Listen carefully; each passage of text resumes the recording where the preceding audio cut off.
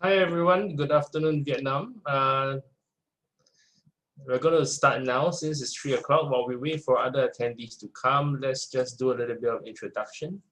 Thank you all for choosing this time to spend with us, and on behalf of Jinko and my esteemed panelists, let me just say we are very grateful and appreciate your support. Most of you would already have heard of Jinko, and certainly some of you have worked with us before. To those who may have not, Jinko is a New York Stock Exchange listed company and a world leader in solar module manufacturing. We are and always have been on the forefront of PV innovation. This last, I would say about 5 years, certainly has been a tumultuous period of progress, and progress has been at a breakneck speed. We have went from poly to mono to mono perk to bifacial to half cut, and now we are at the latest technology, which is the Tiger Pro, the tiling ribbon technology, and that will be something you will hear about in this webinar. This progress has also seen great reduction in capex costs and a meteoric drop in LCOE. This has in turn brought about a lot of development in solar systems and solar projects across the world, as well, of course, in Vietnam. This webinar series is about Vietnam, what we have seen so far, what we are seeing now, and what we will see in the future. So let me introduce some of my guests today. We have Dr. Nguyen, who is the Director of Renewable Energy in Vietnam's MOIT. We have Mr. Daniel Whitmer, who is the Mekong region for ADB. With us as well as Mr. Eckhart Goras, who is the CEO of PV Magazine, and from Jinko, our very own Kien, who is the Vietnam's and the Asia Pacific's technical manager, and Ms. Ray Si from Jinko, who is our global product manager. So you will hear from them what has been happening in PV technology as well as the development of Vietnam. So we have about an hour and a half with you, so I will not keep you very much longer. We're going to have a quick start. So for the first speaker, let me invite Kien, who will give you a little bit of Vietnamese introduction, welcome, as well as what is the next thing for Jinko. So Kien, are you here? Yeah, can you hear me, Warren? I've just made you the host, so you can take it away. Okay. Can you hear me? Yes, I can. Yes, I can hear you. Okay. Yeah, welcome to everybody to Jinko Vietnam webinar. Xin chào tất cả các anh chị em đã tham dự cái hội thảo kỹ thuật của Jinko ngày hôm nay về dự án điện, về các cái thông tin về các về cái chính sách điện mặt trời áp mái cũng như một số thông tin của nhà sản xuất đối với cái thị trường điện áp mái của mình. Thì trong buổi chiều ngày hôm nay thì trong cái bảng panelist mà những người mà nói chuyện ấy thì có anh Gurat từ tạp chí PV Magazine, anh Daniel từ bên ngân hàng châu Á phát triển châu Á, tiến sĩ Nguyễn Anh Tuấn là giám đốc trung tâm năng lượng tái tạo của Bộ Công Thương. Đấy, và mình sẽ có một số cái thảo luận về những cái dự đoán và cái tiềm năng phát triển của thị trường điện áp mái tại Việt Nam trong thời gian sắp tới đây. Về phía Jinko thì có mình là Kiên, là phụ trách kỹ thuật của Jinko tại Đông Nam Á, và Ruisi là ban quản lý sản phẩm toàn cầu của Jinko. Đấy. Còn anh Warren là bên phòng phát triển kinh doanh, thì anh Warren sẽ dẫn chương trình. Ngoài ra thì bên phía Jinko còn có là giám đốc sales director tại Việt Nam, thì anh Arun có thể là sẵn sàng là có những trao đổi với quý thính giả và các bạn đang theo dõi cái chương trình trực tuyến này về thị trường điện Việt Nam. Chắc là mình sẽ bắt đầu thôi. Warren, let's back to you. Okay, great. Thank you very much. So how this is going to work is this: there's a Q&A tab you will see on the bottom of your screen. So if you ask any questions after each presentation, I will pick the top 2 of them, and we will have the speakers answer your questions. So you can vote for the questions, and the most votes, of course, will be on the top of the list. So the first speaker we have today will be Dr. Wen. Dr. Wen, are you here? Hi, everybody.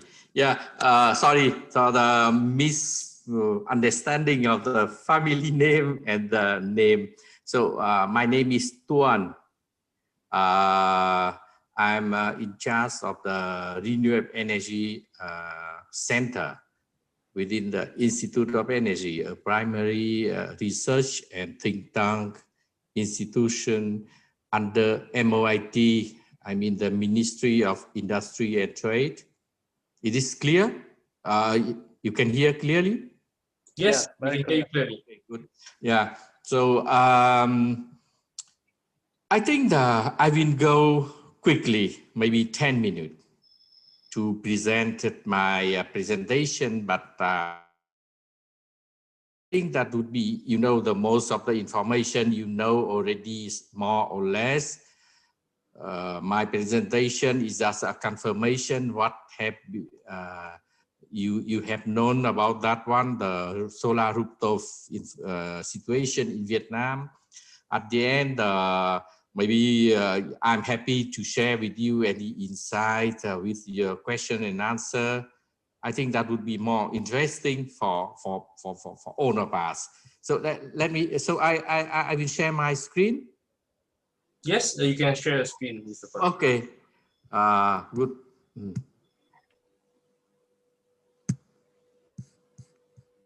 Okay. You can see it now. Yes, we can see. Okay. So I will talk a little bit about the solar energy market in Vietnam. The Vietnam, so far has been undergone many evaluation and assessment on the potential for solar energy. What we talk about the potential here, I mean the technical potential for solar in Vietnam is the latest at the current status. It may evolve. Yeah, please understand me that the data from the 5 years ago, maybe a little bit less, much less. And then this one is the latest, what we have. We divided into the ground mounted, floating, and rooftop solar. The best estimation from us, very at the macro level, is nearly 50 gigawatt. This is a huge capacity. Of course, this is a technical potential. It's not mean that it will be translated into the economic potential and commercial potential, but it shows you the map where we can see that Vietnam has a good, very good potential for solar power development, particularly the solar rooftop, where we have understood clearly the benefit of that rooftop solar for the system, for the green energy. The current status 5 years ago, you don't see that number yet, but I mean that's 3 years ago. It's very few. 3 years or 4 years ago, we have total in country about 5 megawatt, and now we have a huge capacity in operation. But the most striking feature is that in pipeline, we have much more for development. It depends, of course, the incentive and policies in place. The approved already, I mean the approved, that means this is the more or less we consider a fixed, it's 10,000. And then in pipeline, it's 25,000 megawatt. Solar rooftop, we don't have any firm target because for the PDP development, we consider solar rooftop as a energy efficiency measure. It is not a separate, consider as a supply side. With the figure below, you may see that by month, the number have been increased, and currently we have 99 projects of the PV, wind, and biomass. Among them, the solar is 89, and the capacity is reached nearly more than 5,000 megawatt.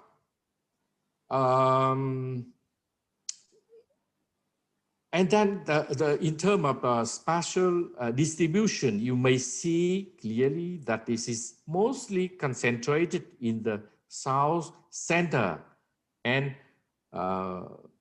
east of the south area, whereas we have a lot of the solar and wind project in Vietnam currently. Regarding the solar rooftop status until the August 2020, we have total of more than 48,000 systems installed with the capacity of 1.1 gigawatt peak installed. We reached the target. You remember from previous slide, the target from the MOIT is we will install 1 gigawatt by this year. And by August, we already passed that target. The feature is that for comparison, by end of July, we have only 42,000 mega system. And then now we have 48,000 system already. It means that during the August, 5,700, more than 5,700 system installed with the added capacity of more than 200 megawatt. On that one, to say that this we have very, very fast, we have entered the very fast development stage. And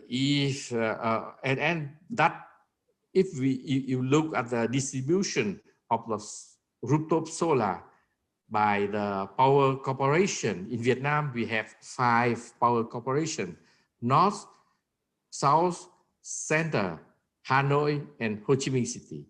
So you see that the most of the solar rooftops is installed in the south system and in the center system, where the Hanoi last month or last 2 months played a kind of catch up with the accelerated installation for Hanoi. Even we know that Hanoi is not very good in terms of solar irradiation.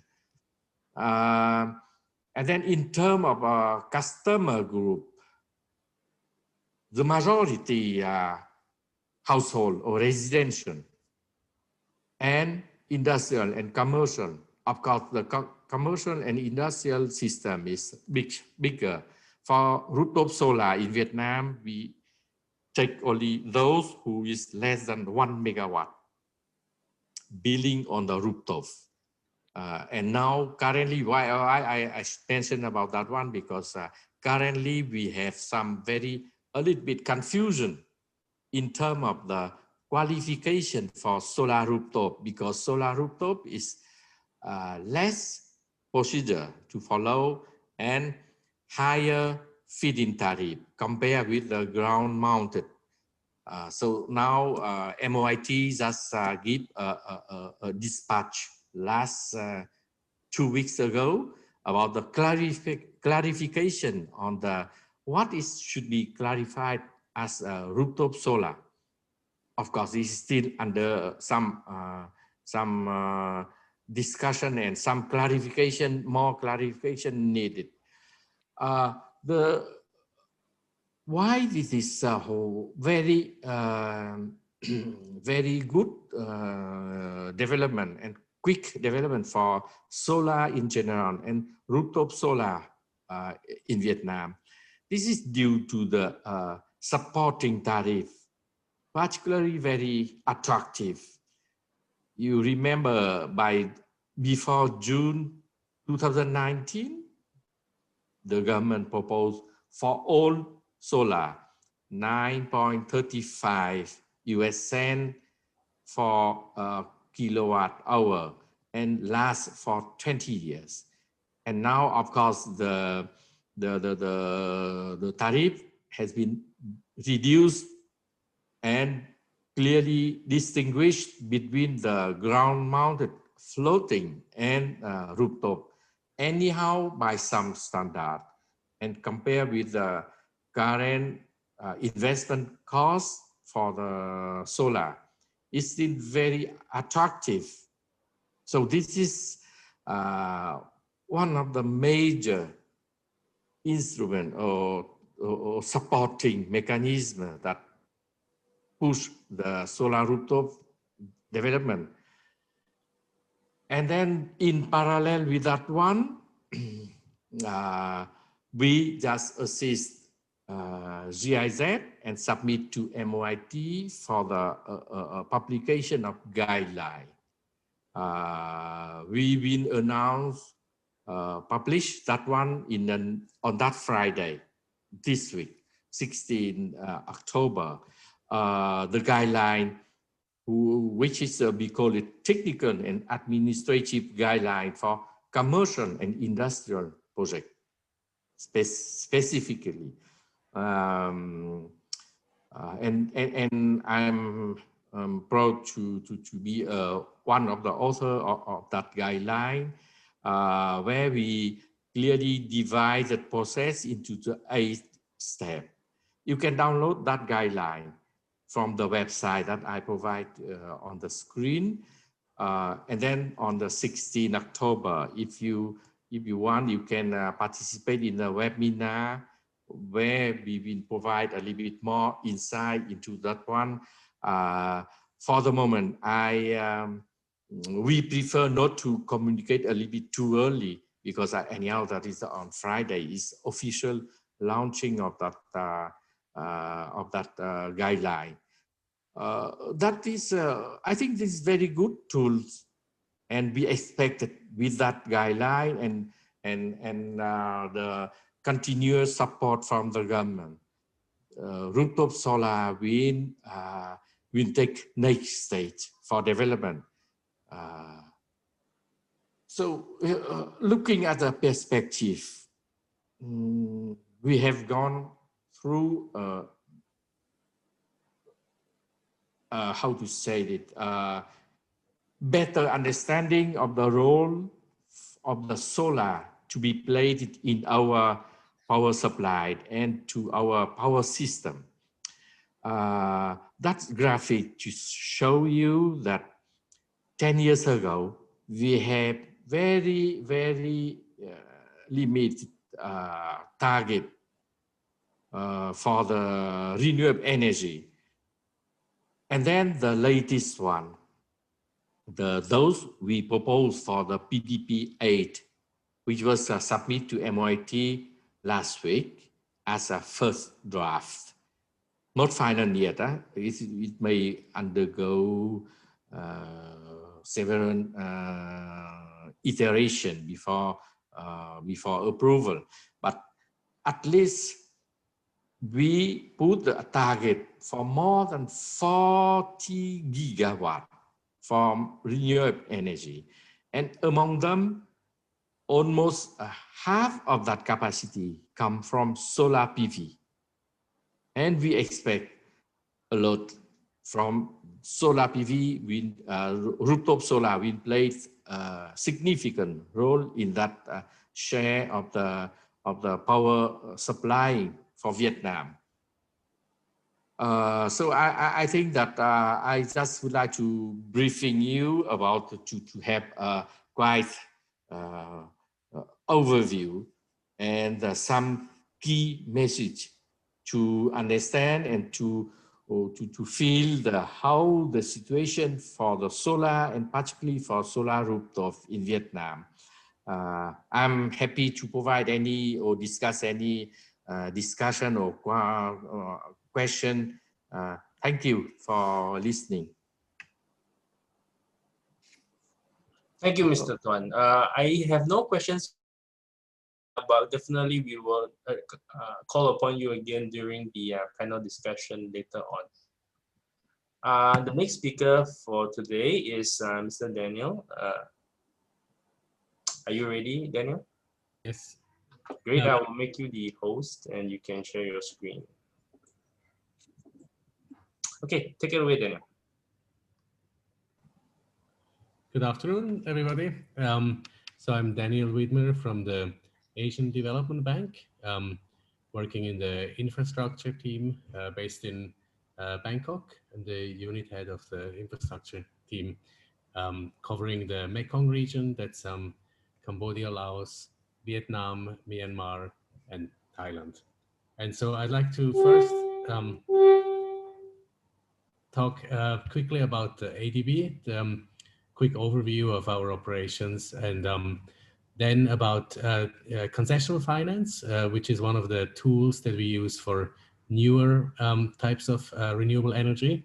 And very quickly, just on green bonds, which is also a more innovative way of financing renewables. And then I will focus on case studies in Vietnam of 3 projects, solar projects that we have financed in the last year or 2. So quickly about ADB, I think many of you are familiar with the Asian Development Bank. ADB was founded in 1966. We have a AAA rating internationally that's important for funding. So even during crisis, we have always been able to fund as many projects as when there's no crisis, acting a little bit counter-cyclically. You can also see that we have a lot of what we call resident missions, a lot of offices around Asia, including in Hanoi, of course.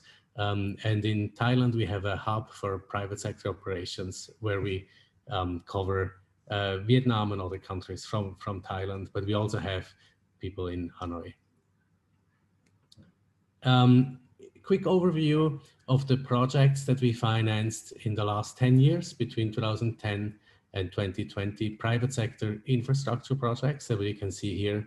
It's 70 projects and $7 billion of direct assistance to private sector projects in the Southeast Asia and East Asia and Pacific.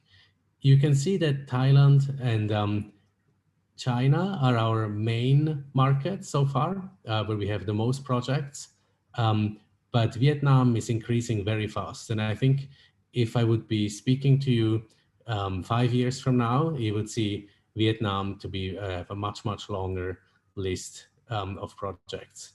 And the green dots are renewable energy, and a lot of them are in solar. And you can see Vietnam has a lot of green dots, and so does Thailand as well, and actually most countries. So ADB is specializing a little bit in renewables, you could say.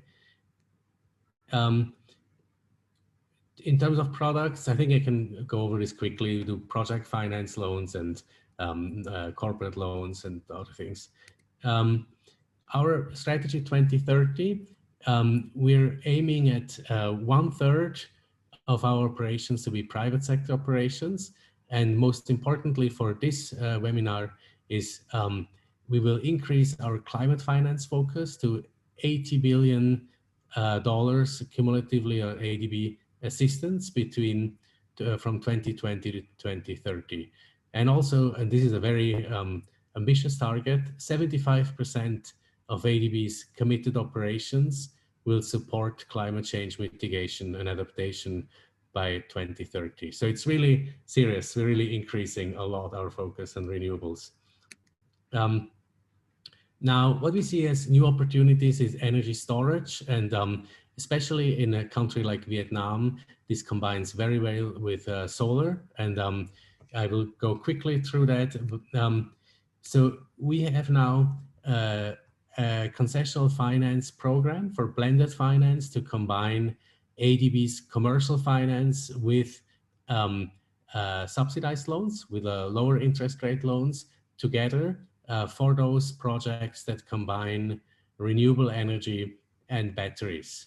And we want to subsidize those projects, or our donors want to do that, if it can help the first type of project, the first wave of pioneering project in a country to take place. And so that's really an encouragement to those of you who are planning solar with batteries together to talk to us about financing. I'll go through this relatively quickly. The key takeaway is just that it's together with our own commercial loan. We get a parallel loan that is a lower interest rate if it involves batteries as well. Green bonds, we have closed a few green bonds in a Singapore listed company as well as Thai companies. And Vietnam, it's a little bit early for green bonds, but a key ingredient would be to have a rating agency that can do local bond ratings. But I think there are many efforts in the area, and we would very much look forward to guarantee and certify any green bond supporting renewables. And now to the case studies. I will talk about the case studies I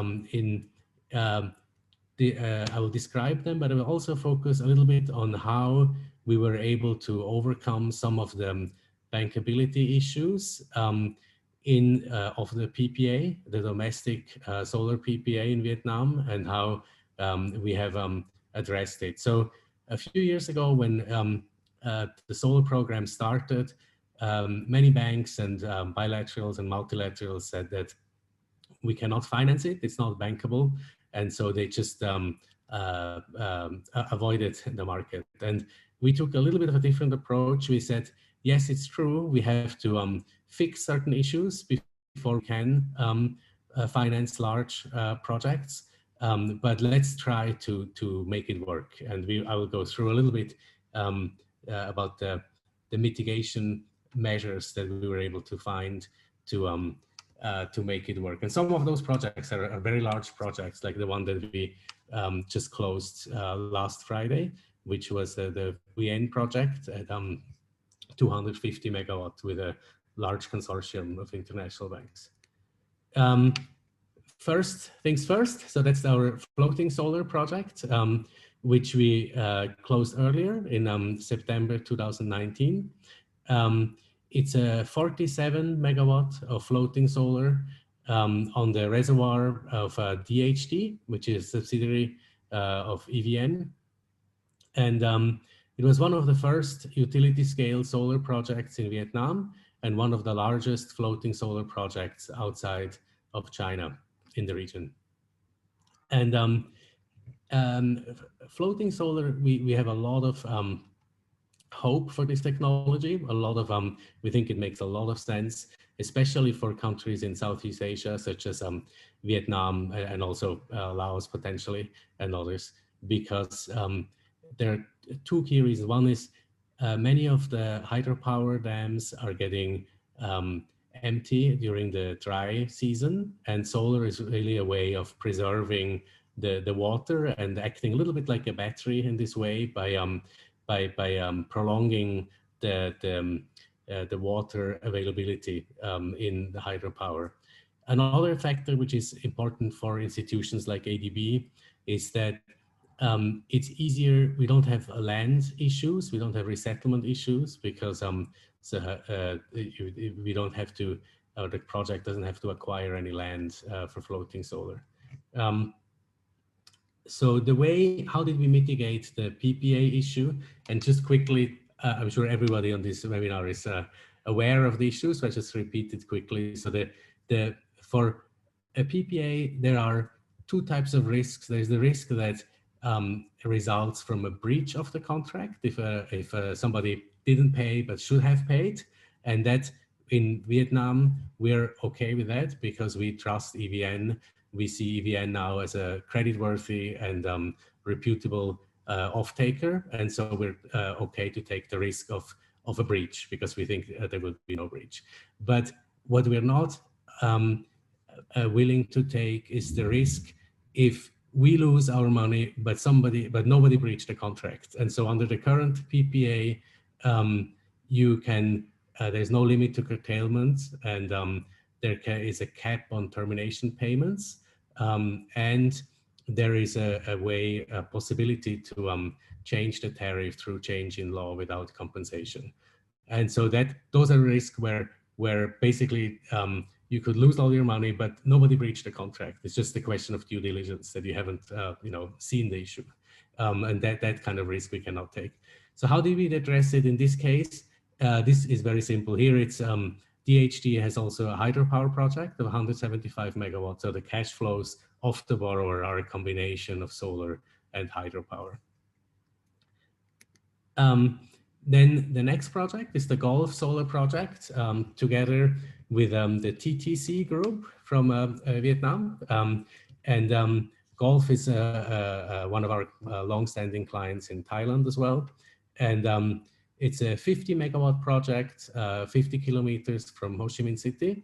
And we financed it through a B loan with commercial banks, Thai banks, as well as international banks in the B loan, as well as our LEAP fund, which is a parallel fund that we have available for deployment. And how did we address the PPA risk?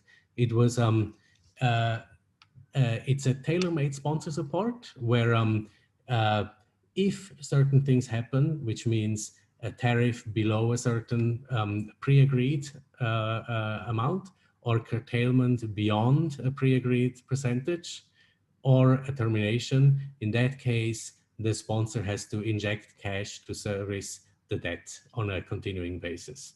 And with that structure, a lot of commercial banks have been interested, and we really, this project as well as the next one have been oversubscribed, and the interest rate has been quite attractive because the risks were really structured away from the project, the PPA risk. The last project, so that's the one that is very new, was just in the press this Friday. So that's 257 megawatts together with a BGRIM, also our client in Thailand. It's an ADB A loan of 27 million, as well as B loan with many banks. And we mobilized the entire package, and again used the same structure as for Gulf, which now has been a tested structure for us. And maybe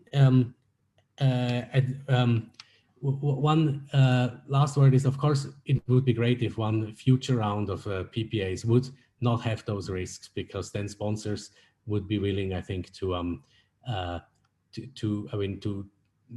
a lower IRR, because they wouldn't have to backstop the loan for those risks. On solar rooftops, there was a very interesting presentation from Mr. Kwan before. So we are excited to work in the rooftop space in Vietnam as well. We haven't closed the deal yet, but there are several that we're following a lot of interest. Thank you. Thanks, Daniel. There's a question from the audience. Regarding sponsorship decisions, what are the factors the ADB would look at? I'm sorry, sponsor? It means when you choose a project, what are the key points for ADB to make a decision? Generally speaking, we need sponsors that have experience in the sector. I think that's clear. We need for this type of sponsor support, the financial capability, creditworthiness of the sponsor is also very important, because we have to show to our credit committee that especially in case of a termination, then the sponsor will have to pay a lot to make whole the debt amounts, and would have to look at the sponsor's financial statements and see whether they could withstand such a payment. So that's a key criteria. So at the end of the day, it's just about risk balancing. Yes, yeah. And another question is whether the support is on a continuing basis to the end of the financing term. Yes, so it's on a continuing basis, but of course, every year that passes and some debt will be repaid. So the exposure of the sponsor will diminish as well as the debt is repaid over time. And I think finally is, would you be comfortable in talking about some of the interest rates about solar in the region at the moment? In a general sense, I think, so if we look at a place like Thailand, for example, that's the lower end of the spectrum. It's something like LIBOR or the Thai equivalent THP fixed plus about 200 basis points. And then in Vietnam, would be a little bit higher, more between 300 and 400. And of course, in places like Cambodia and Myanmar, it would be higher than that. Sure, yeah, I get that one. And ADB's financing package will be equivalent to these kind of rates. So what we do when we finance our commercial loan, we match the interest rate of the commercial banks. So that's because we have two ways of pricing. One is we have our own internal models, but we also want to be in line with the market. So if there is a large consortium with many banks, we just align ourselves with them. And if we can deploy concessional finance, like for example, for solar plus energy storage, that will be lower than commercial pricing. Okay. Thank you, Daniel. Thank you for your presentation. It was very informative indeed. Thank you. And up next is PV Magazine. So Eckhart, are you ready?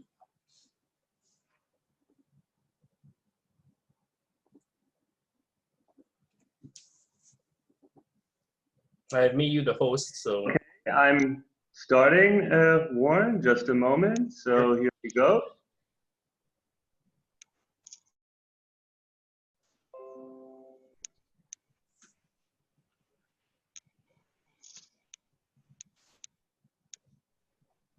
So hello, everyone. I hope you can see the presentation.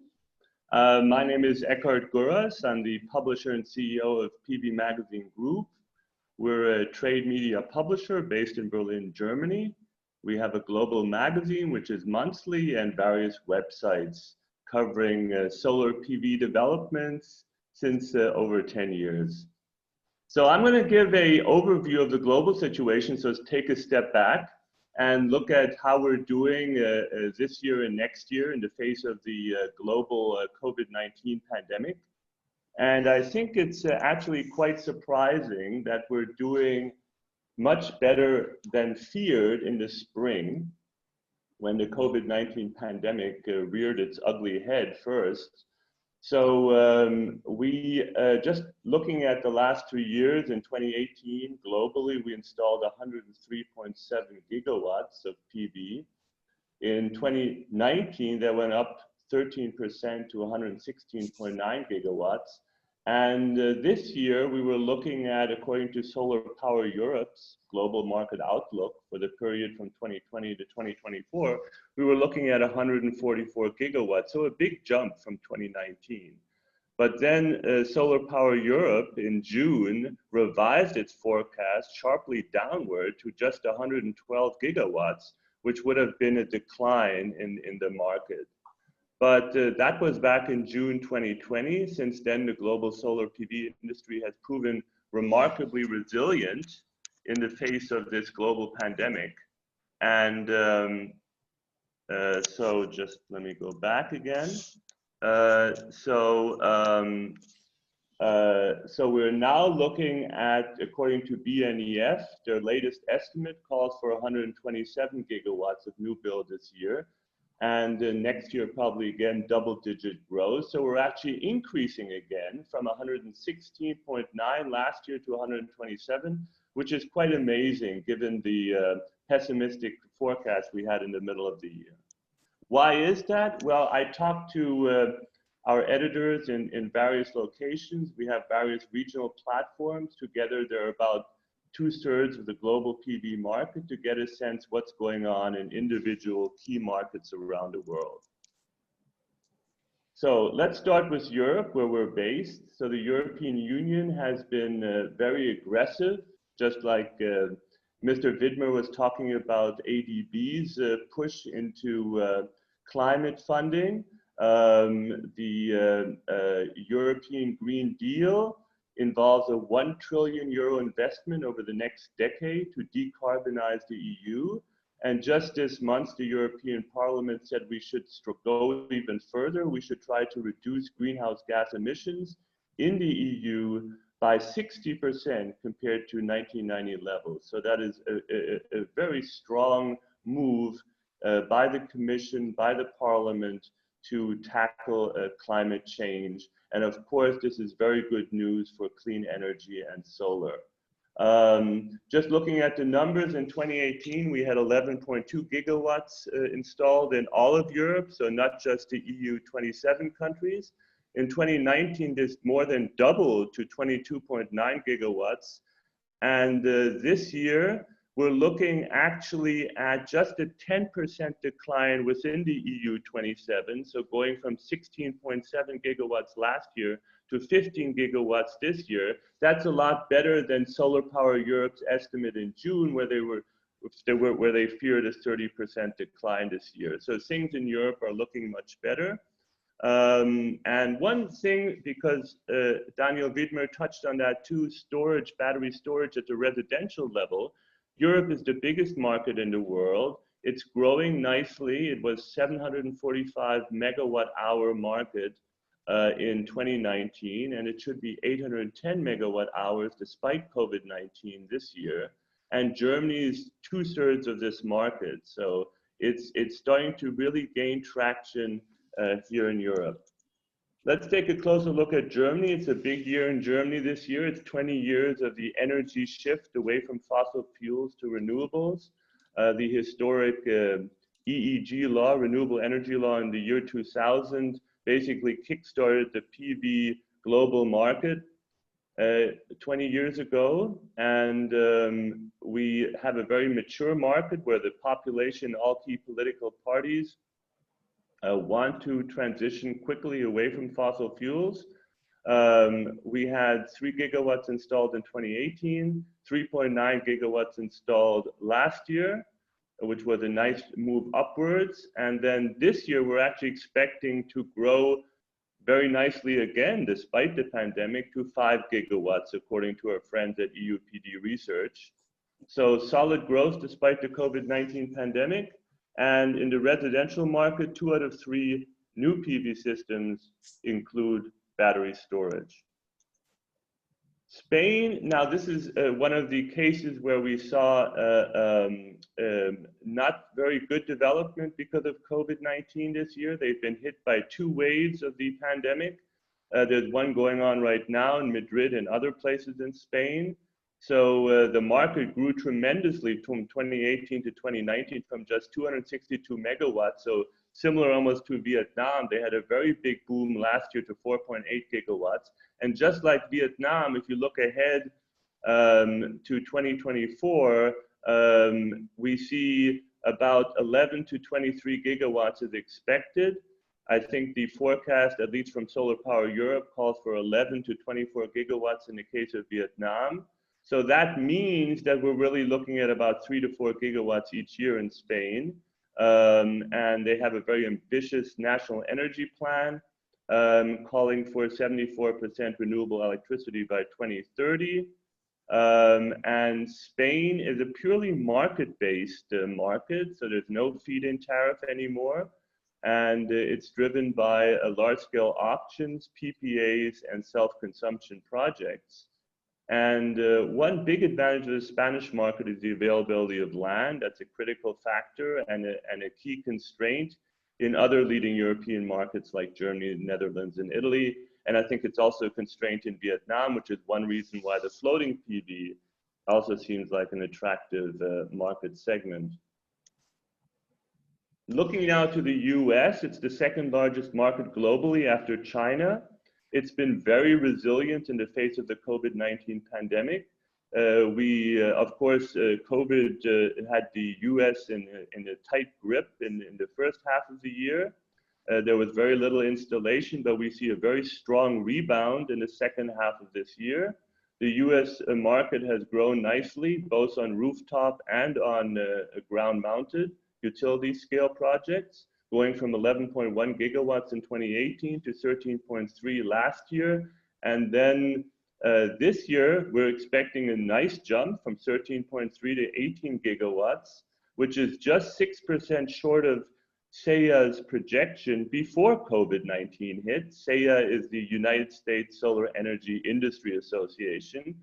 Just looking at Q3 of this year, which just ended, orders were up on the residential side by over 50% compared to last year's Q3.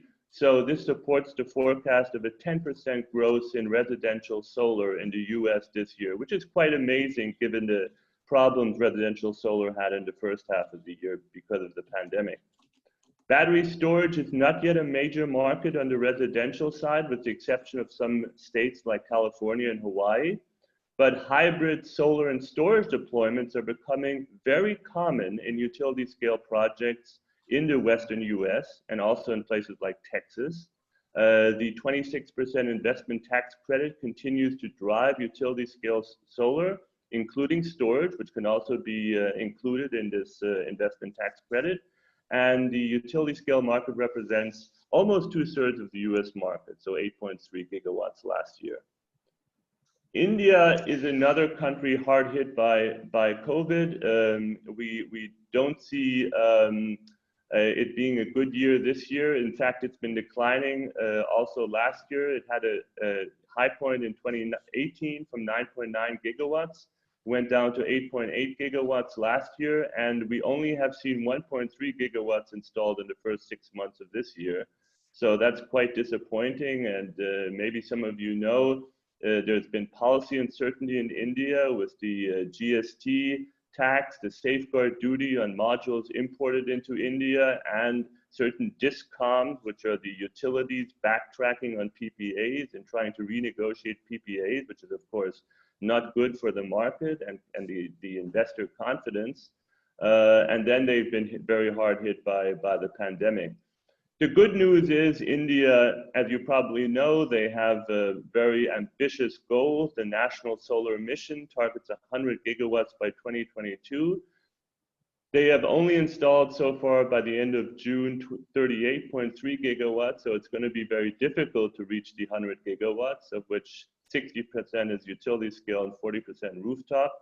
And especially on the rooftop side, India is struggling to get things going because most of these 38.3, 32.5, which is 85%, is utility scale. So only 15% is rooftop.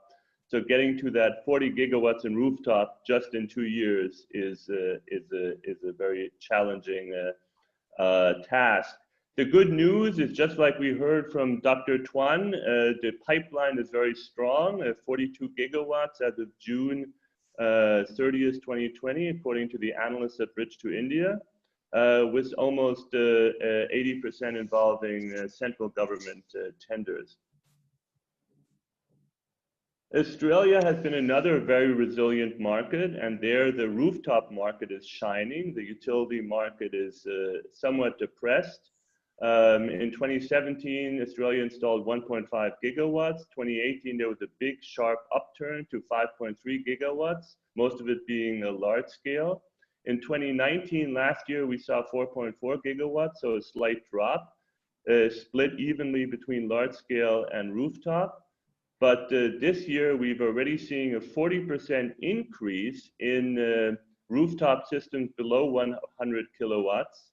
It's 1.86 gigawatts at the end of August, so a 40% jump compared to last year, and a very nice pipeline of renewable energy projects. So not only solar, but it's a nice a group of projects, 192 gigawatts, which is more than Australia had last year and more than it had in 2018.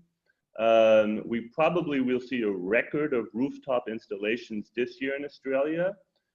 We might even cross the 3 gigawatt mark, and renewable energy zones and a network build out in key states hold significant promise for the utility scale segment. I know this is an issue also in Vietnam, the build out of the grid, and Australia is targeting certain areas with an aggressive build out and establishing these renewable energy zones where specifically tailor-made for solar and wind installations, so they can get a easy grid access. Finally, the largest market in the world, China. It's been very interesting to watch China going from a very lucrative national solar feed-in tariff to a grid parity era. This has caused some confusion, some downsizing of the market. Based on the nice feed-in tariff, China boomed in 2017 to 52.8 gigawatts, which was really an amazing number. And then in 2018, it dropped sharply to 44.4 gigawatts. And then in 2019, again, to 30.1 gigawatts. 1/3 of the market, went away.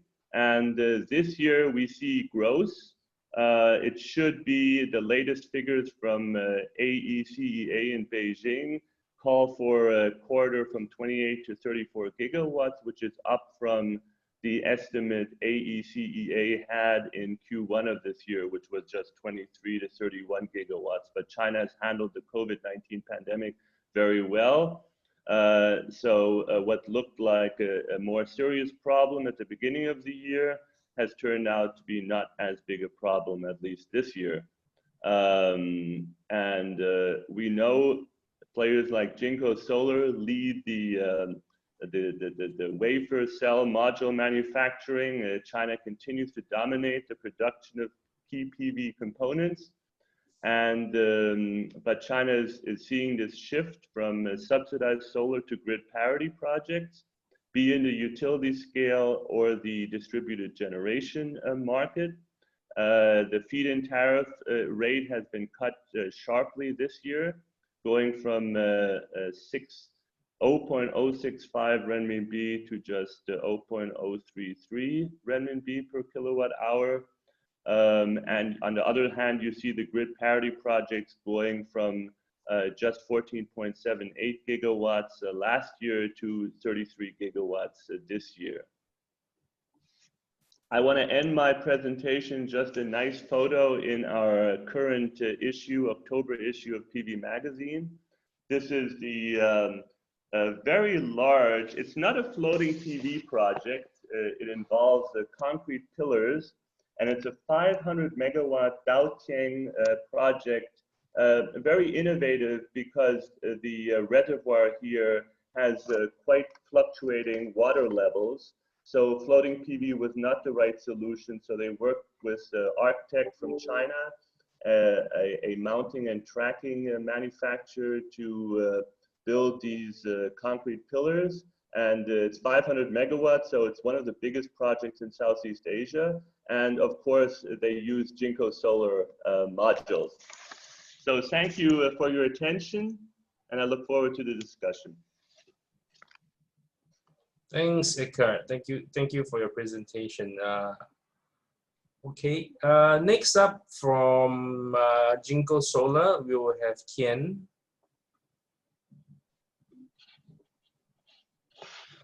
Kian, let me make you the host, and you can share your presentation with everyone. I think Lucy will present. Lucy first? Okay. Yeah. Okay. Lucy, you're first. Okay, sure. Let me make you host. Give me a minute. Okay.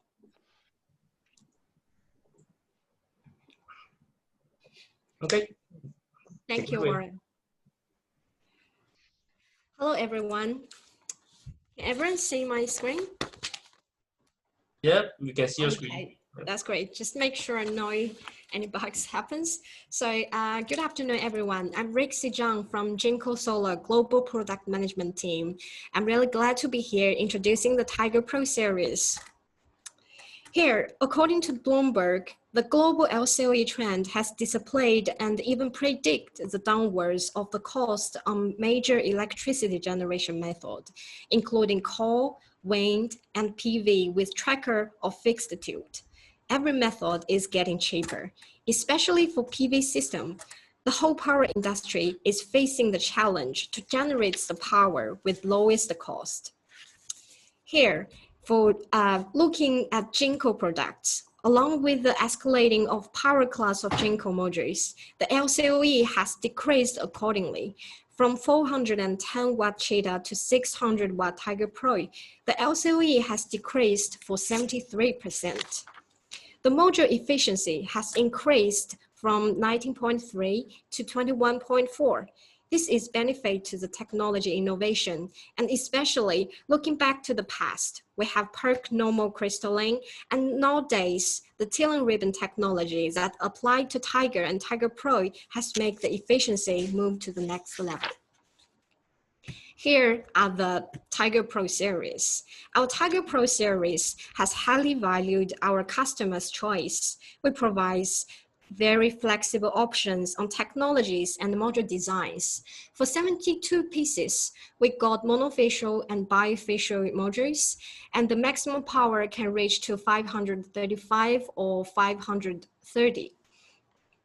And for bifacial modules, we have transparent backsheets with the 2-bond Tadler film, which is highly reliable and have the self-clean functions features. It is also very light. And also we have dual glass. It has a balancing structure. For 78 pieces, we have the same landscape of products, got monofacial and bifacial, and also with TR technology or half-cut technologies. Bifacial also got transparent backsheet and dual glass. Here, let's looking at the technologies of the Tiger Pro series. First, we use the multiple bus bar. It will decrease the power loss effectively. So when the sunlight lay on the surface of the module, the multi-bus bar will collect the electron more efficiently than traditional 5-bus bar design. And for the half-cut technology, it will improve the shading tolerance because of splitting a full cell into half. And for the Tilling ribbon, which is our star technology, we use circular ribbon, and on the overlapped area, and the overlapped area will eliminate the gap. The cell gap will be decreased by negative 0.3 to negative 0.5 millimeters. And by minimizing the cell gap, the module size will be decreased, and therefore the module efficiency will increase by 0.4%, and the energy production will be increased by 1.57. We have used a pressing process to press the round ribbon into flat at the overlapped area, which will maintain the reliability of Tilling ribbon modules and also minimize the risk of a microcrack. For the warranty service, the Tiger Pro series has the most advanced warranty in the industry. Our first-year degradation is less than 2%, and the annual degradation for bifacial modules will be negative 0.45%, and for that was for bifacial modules, and for monofacial modules, the linear degradation rate will be 0.55. And also, Tiger Pro modules can generate the electric current of Tiger Pro modules is 13.8 ampere, and this will make it to be compatible with both central and string inverters. And thanks to the dimension design, Tiger Pro series will be compatible with mainstream 1P or 2P single axis solar trackers. And here are the here are the manufacturers that can be compatible with us, including the mainstream Huawei, Sungrow, SMA, and Power Electronics in the inverter market. And in the tracker companies, Untitled Solar, Next Tracker, Soltech, and Array will be compatible with Jinko's Tiger Pro series. Now, let's investigate the LCOE type of Tiger Pro series, which makes the Tiger Pro modules being the industrial leading product. The LCOE, which is a levelized cost of energy, it is calculated by the net present value of total cost over lifetime divided by the NPV of total electricity generation. By applying NPV, we precisely evaluated the very realistic money that we spend in total 25 years. The net present value considers inflation and opportunity cost. For project owner, it is crucial as it considers the whole lifetime benefits and cost instead of the initial capital only. In the expanded formula here, I have highlighted with the 4 major factors which will directly lead to lower LCOE through module selection. The first is EPC cost. Basically, it included the cost of purchasing the module, very straightforward. And then is land expenditures in year N. Apparently, more efficient the module is, the more efficient the land could be used, and the money was spent more wisely. And for the MN, it is maintenance and operational cost in year M. For example, it is largely affected by the product design.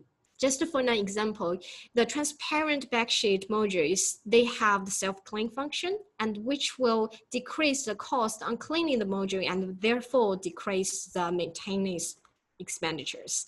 And the last is EM, which is about the electricity generation, which is majorly relates to the module performance. Here is the case study in Vietnam. This case is based on a 120 megawatt project in Vietnam. Number of irradiance hours per year is 1886 hours. The DC-AC ratio is 1.2. The project designed with the tracker and the centralized inverters with 3 different modules. 1 is from our competitors, 500 watt, and 2 is the Tiger Pro monofacial and Tiger Pro bifacial modules. We can say from the initial investment, the Tiger Pro bifacial modules and monofacial has been much less than the competitors' 500 watt, and also the BOS cost has some advantages as well. And jumping to the conclusion, the BOS cost will be 3% less, and LCOE will be 2.5 less than the 500 watt, and the internal rate of return is more than 4.2%, and the return on investment is more than 2.5%.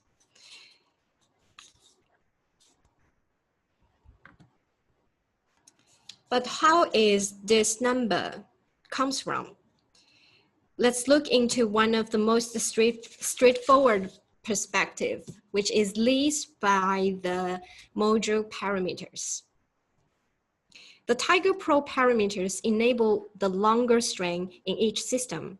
Comparing 535 watt Tiger Pro with G12 500 watt module, the VOC is roughly 2 volt lower. Hereby, the module number per string is 28, while for G12 is 27. The 1 module less for terminal clients represented 11% higher power, and the more valuable fact is the cost can save from the system design.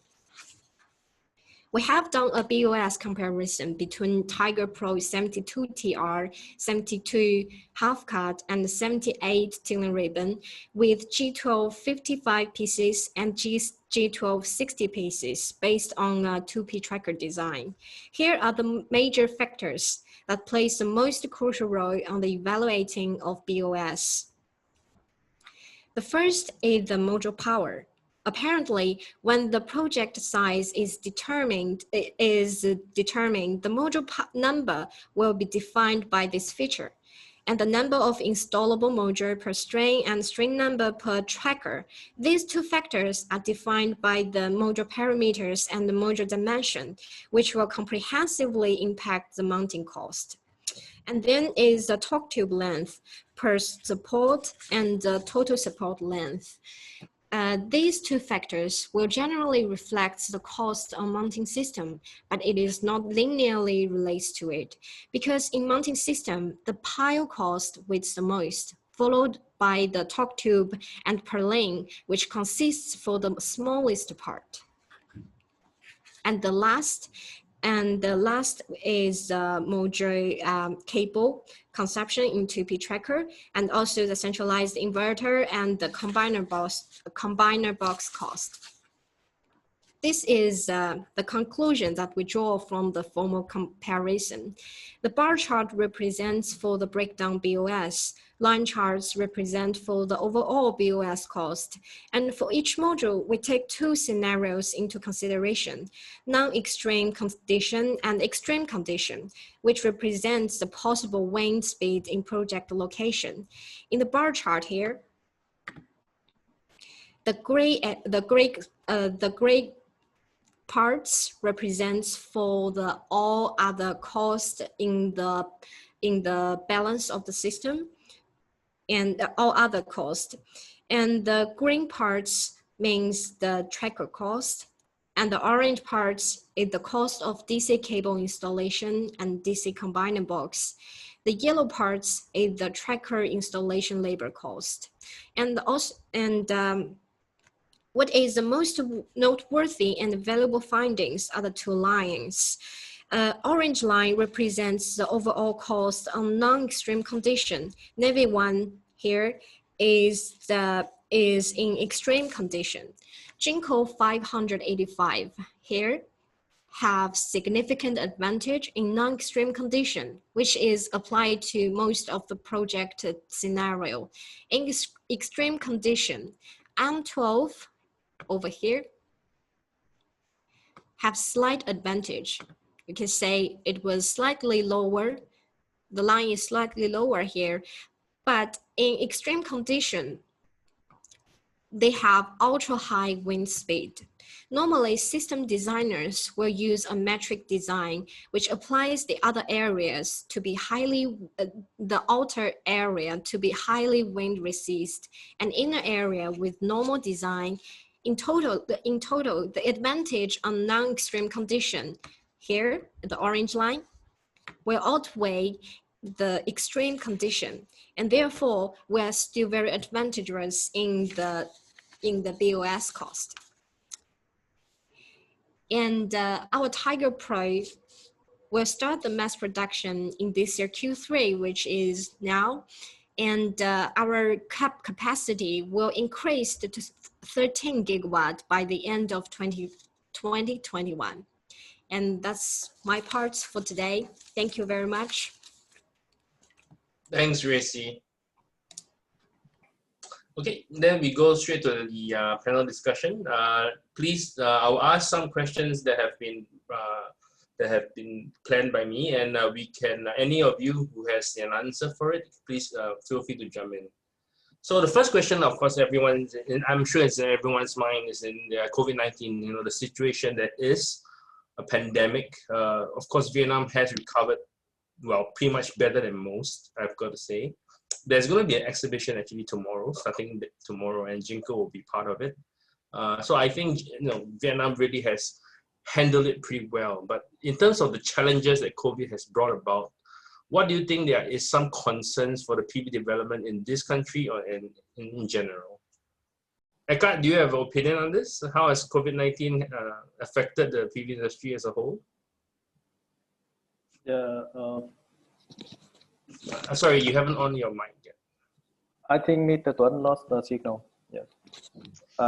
So that's at the moment I'm in Vietnam. So I think only me and Mr. Tuấn in Vietnam. So I can make some brief info for you. Right. We have a very good control right now in whole country. All of the affected case have been guaranteed in the hospital, and I think the Vietnam is the best government in all of the world who have a very good control of this. So it's a good condition for us to continue to develop our economy, and of course, solar industry is enjoying benefit apart from that. Right now, all of the utility scale and even some mini farm scale projects are in race to complete to catch up the COD target at the end of this year. So the situation right now is quite hard for the EPC companies. However, a bit different, difficult from the supplier, from the PV module market. You know that we are short of supplier.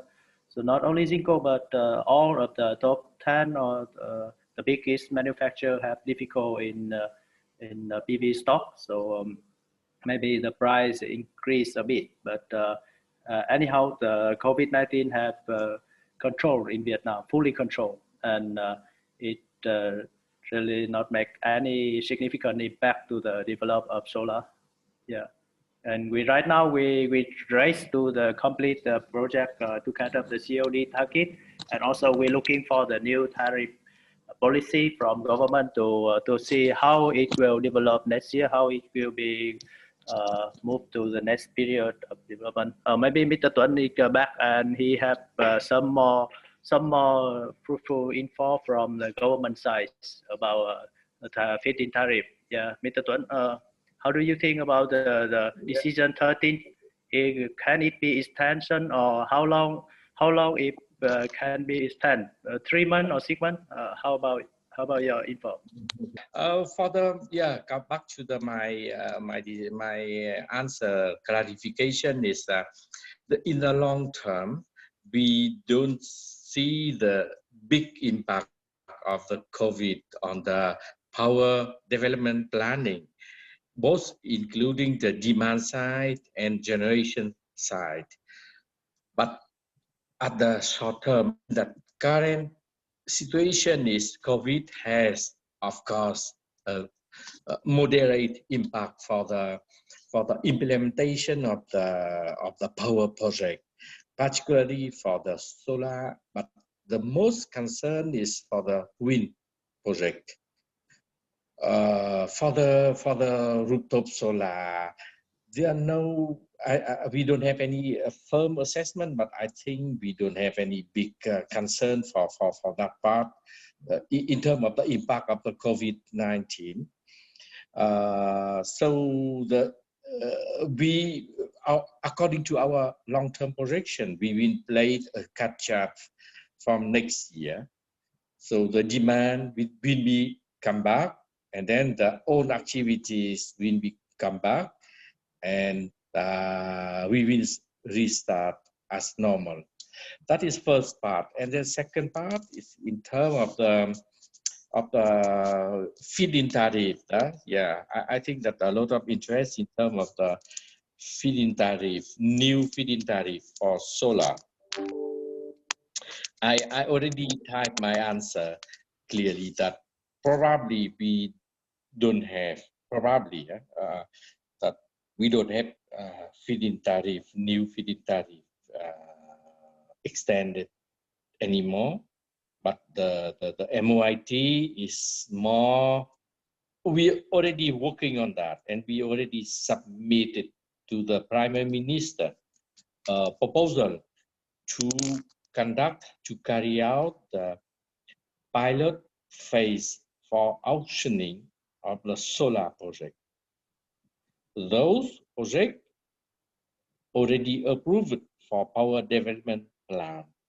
will be qualified for auctioning, and the modality is somehow clearly indicated in the last dispatch that sent to the Prime Minister, requesting to conduct the pilot phase for auctioning for 2 years, 2021 and 2022, with some we based on a solar park auctioning model.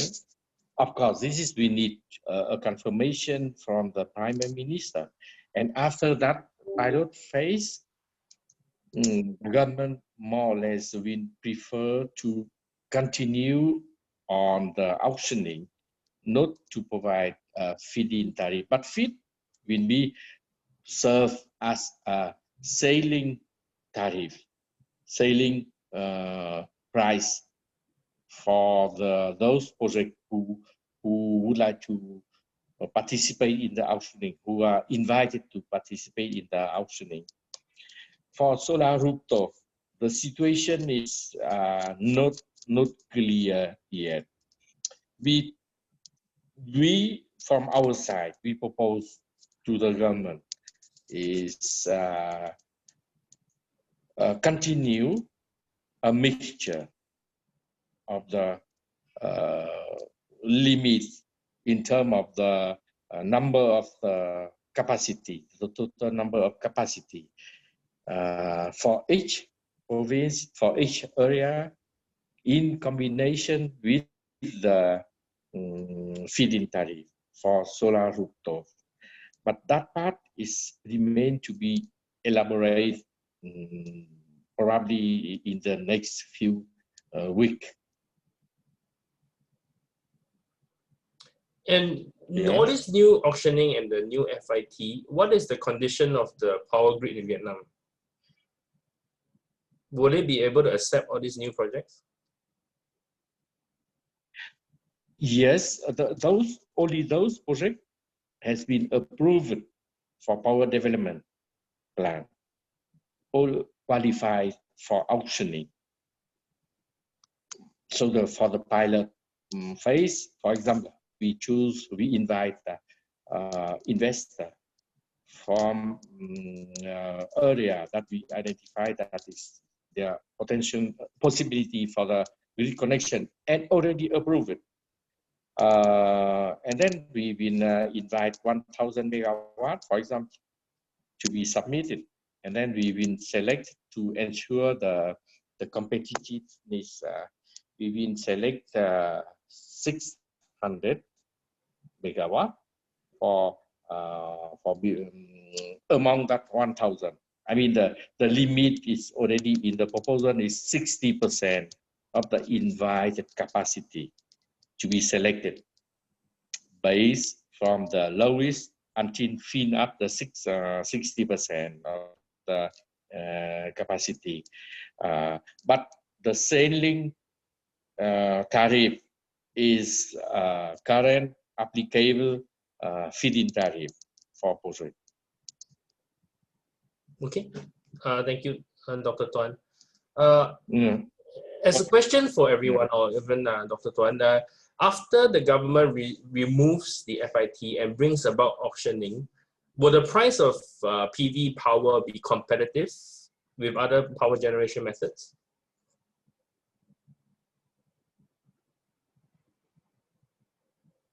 Does anybody have an answer to this?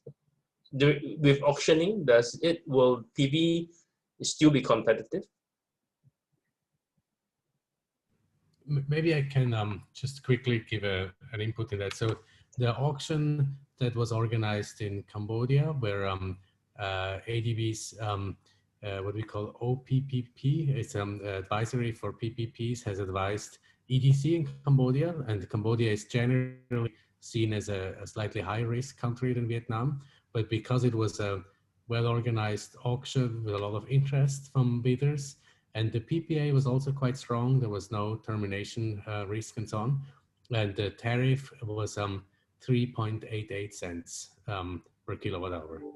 So I would expect Vietnam to do very well under an auction, especially if the PPA is a little bit more international standard. Actually, from Daniel, from your perspective, Dr. Tuan?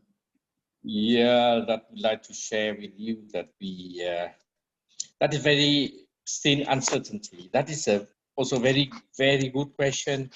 We think about if we carry out the auctioning, is it better or worse? That's why that's first we carry out a pilot phase for during 2 years. And then there's some guarantee, I mean not guarantee, but there's some selling price offer. That is those projects who offer the selling price higher than the current applicable feed-in tariff will be disqualified. Only those who are under. But there are a lot of the possibility. Yeah, there are possibility of that on that project they will propose the same price, exactly the same price as the currently applicable feed-in tariff. In that case, there are no benefit than the currently applicable feed-in tariff system. And there are also possibility that no one offer the price lower than the selling tariff. There are a lot of the possibility. And of course, we need to elaborate on that one case by case. But the most important thing for us is with the auctioning, the more rational for that one, at least for now, before conducting the pilot phase, is that we are able to control the quality and quantity of the power. That means the total number of the solar power project will be somehow managed. We can control it. We select only 600 megawatt to be connected to the system, because before we have faced a big challenge for that to control that number. And the second one is, with that one, we are sure that our subsidized through the feed-in tariff is somehow known in advance.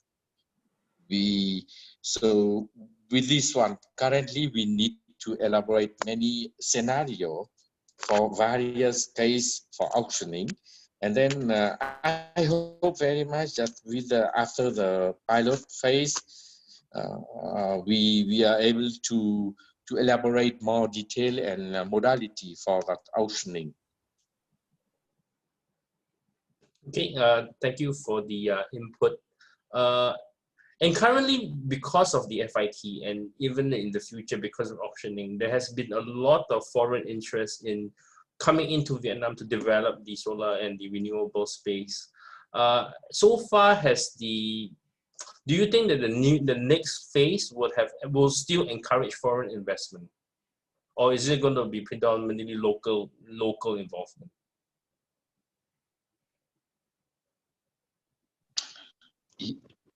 You mean question to me? Yeah, to anyone really.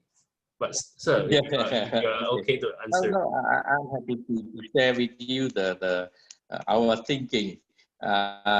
Please remember that I'm not on the policymaker side. We are more on the researcher. So this is what I'm sharing here is some insight.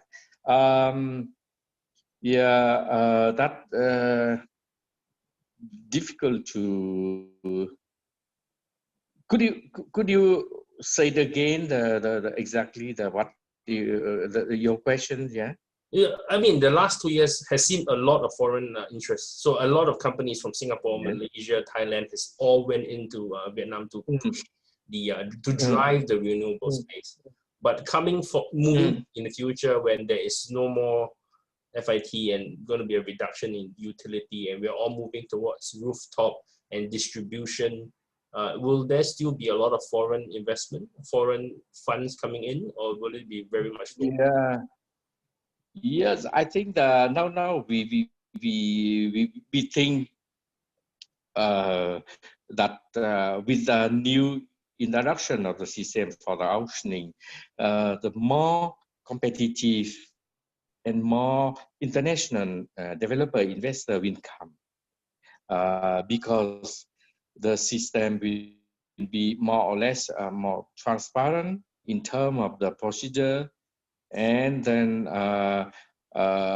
with that auctioning, the bidder will require a very deep understanding of what they are proposing. Not they need to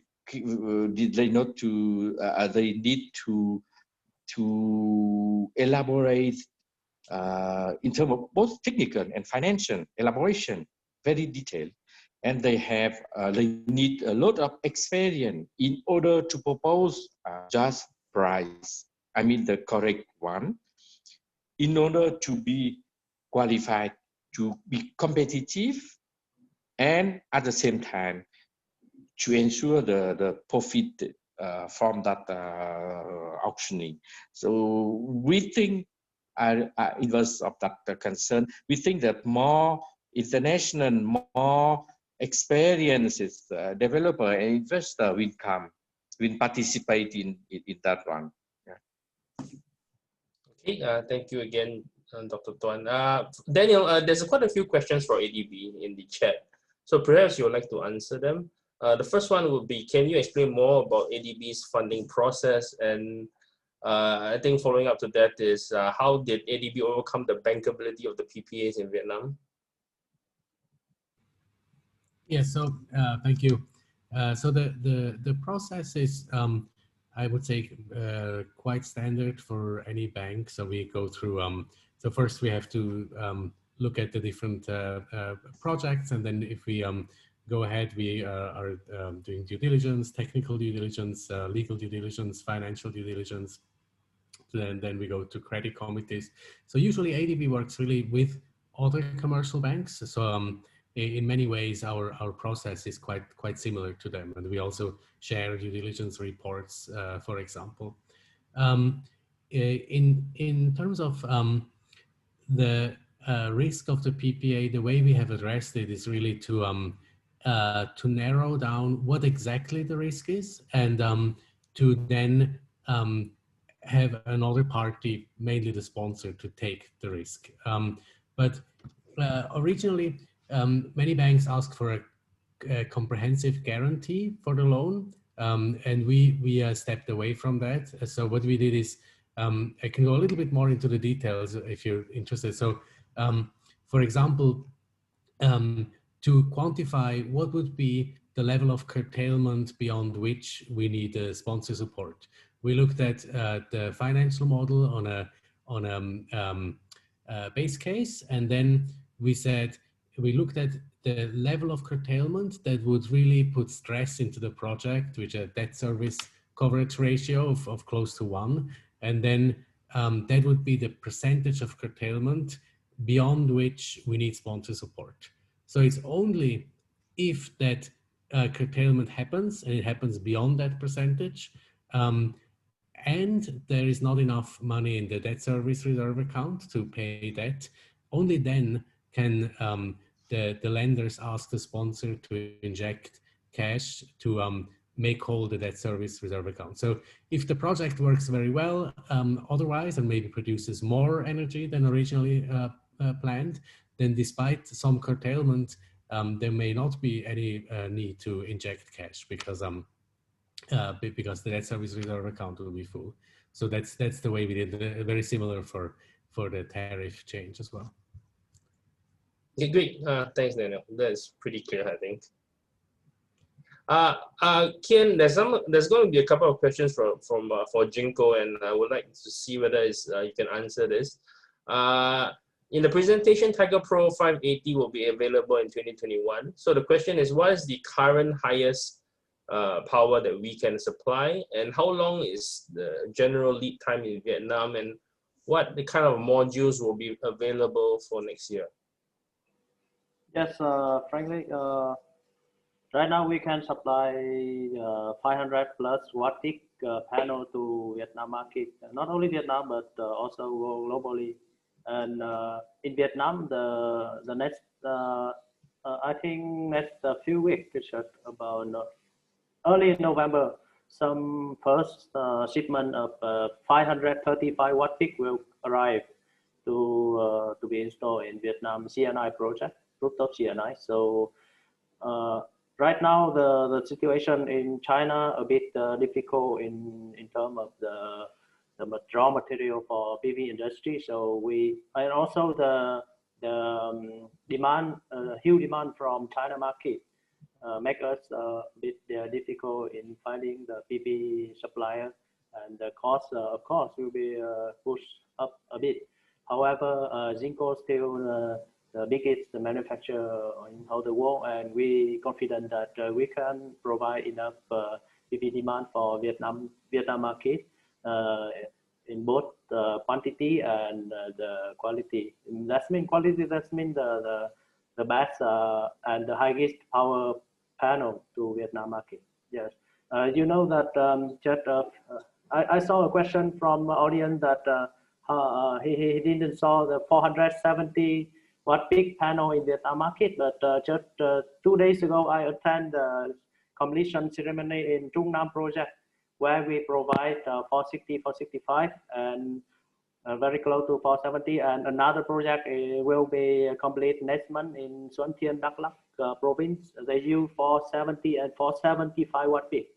Yes, and next month you will see the another Tiger Pro 535 watt peak in the market, and just tomorrow we will show up 580 watt peak bifacial transparent backsheet in Ho Chi Minh City just tomorrow in our next event. So for the supplier, the audience and customer can absolutely confident in JinkoSolar.